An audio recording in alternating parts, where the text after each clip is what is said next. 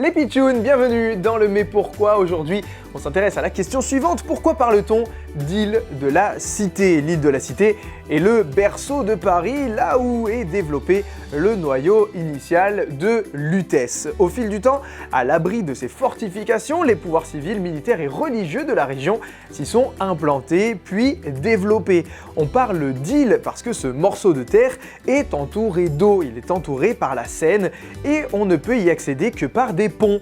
10 ponts au total permettent d'accéder à l'île de la Cité. L'île est bordée au nord donc par le quai aux Fleurs, le quai de Corse et le quai de l'Horloge, au sud par le quai de l'Archevêché, le quai du Marché Neuf et le quai des Orfèvres.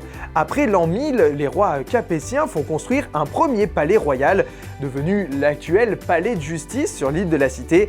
Les évêques de Paris font édifier la fameuse cathédrale Notre-Dame.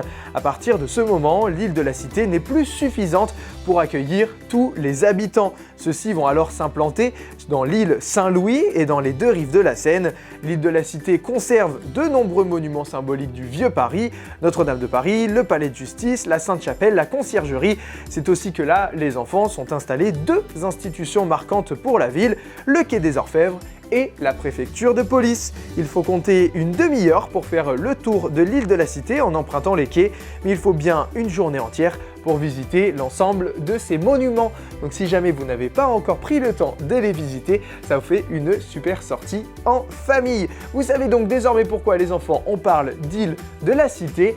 Moi je vous laisse sur ces belles informations et on se retrouve très bientôt pour la suite du Paris Chocolat Chaud.